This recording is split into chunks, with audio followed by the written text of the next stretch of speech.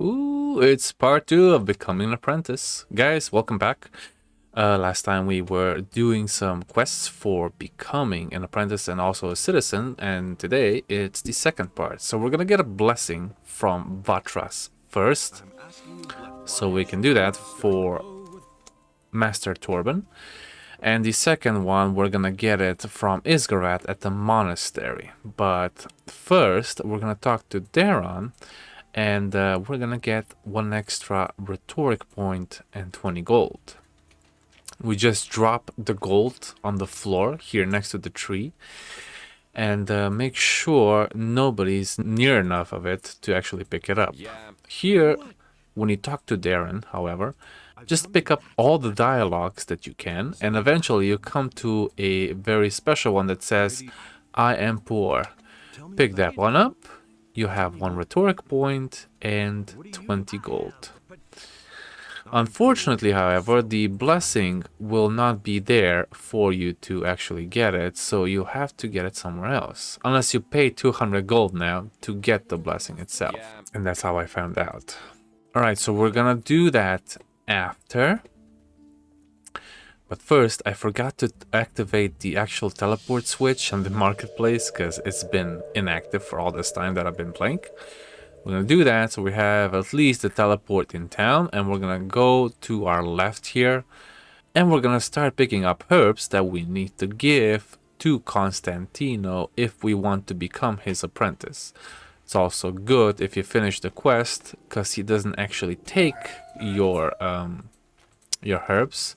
He just inspects that you have all of them in the first place. First of all, the dragon root is right here under this path where the rats are and some meat bugs, so you might as well go get it. It's one of the easiest ones to get in the first place. I'm just killing all the rats and the meat bugs to get some extra meat, plus they get it out of the way. Also the rabbits there. Sometimes the rabbit will spawn a demon that's protecting it, but it's completely random, so you might get it on the 1st, you might get it on the 50th. Just pray when you have enough DPS to actually get it down. Up this path, you'll find a boar at the top, and the only reason that we're going this way is because we need to find a King Sorrel. The easiest one to find is behind Jack's lighthouse, however. We go another save in between. We're gonna start killing off the bandits for that. But first, the couple of scavengers that are still there. The bandits won't be a problem if you have enough dexterity. You can easily kill them with the bow. You can also use your spells if you have some spell scrolls that you found along the way. But yeah, there's only 3 bandits in this lighthouse. 1 extra will come later when certain quests appear, but in the meantime, I'm just gonna loot everything in this lighthouse itself, except the things that are on top. Make sure you open every chest you can find without getting caught, of course. Jack wouldn't mind even if you do it after he's here, however, so don't worry about that if you forget. And the King Sorrel should be behind this lighthouse itself. You should see it in a moment.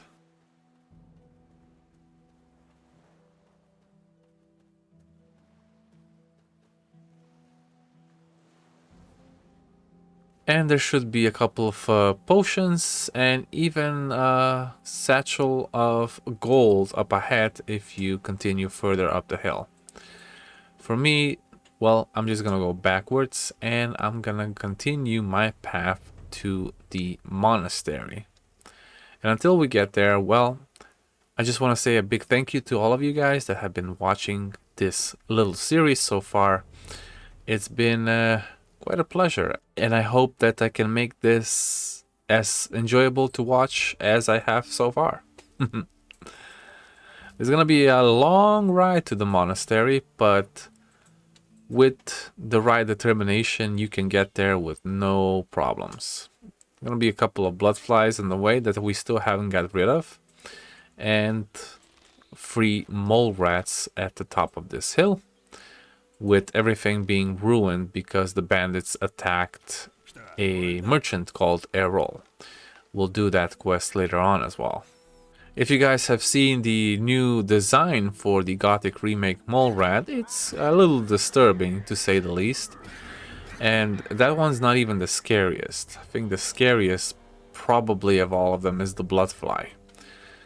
And the Bloodfly itself shouldn't be that scary unless it's gonna be that OP to take down.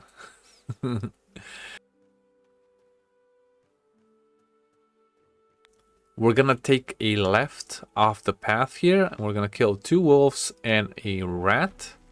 We're also gonna make sure we pray, because even though we're not gonna be part of Enos, the god of fire, we still want to have it in plus instead of minus when it comes to karma of the gods.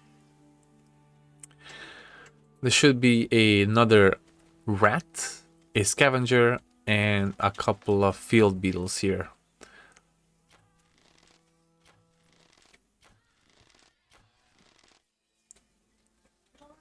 Once you get rid of them, the rest is pretty self-explanatory. You just go talk to Isgorod, ask him for his blessing, and you are well on your way back to town afterwards.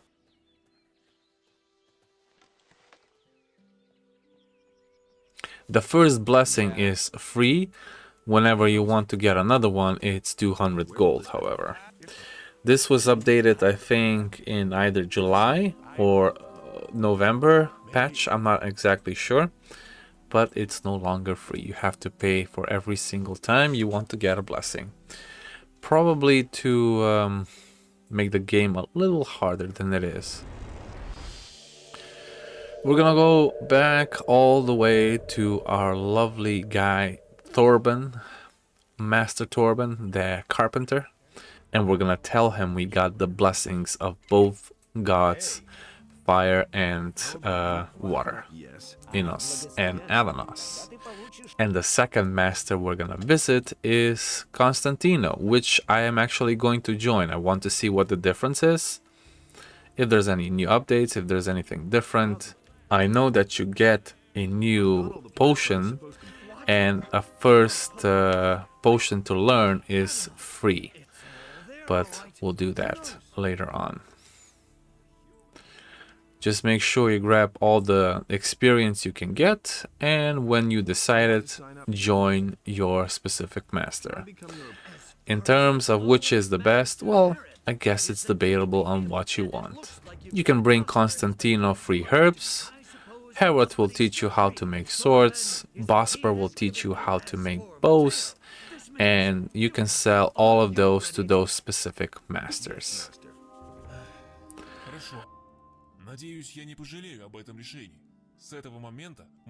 Once you have become an apprentice, you also have the access to the upper quarter, which will give you another rhetoric point once you get to the guard, which leaves us now at 15.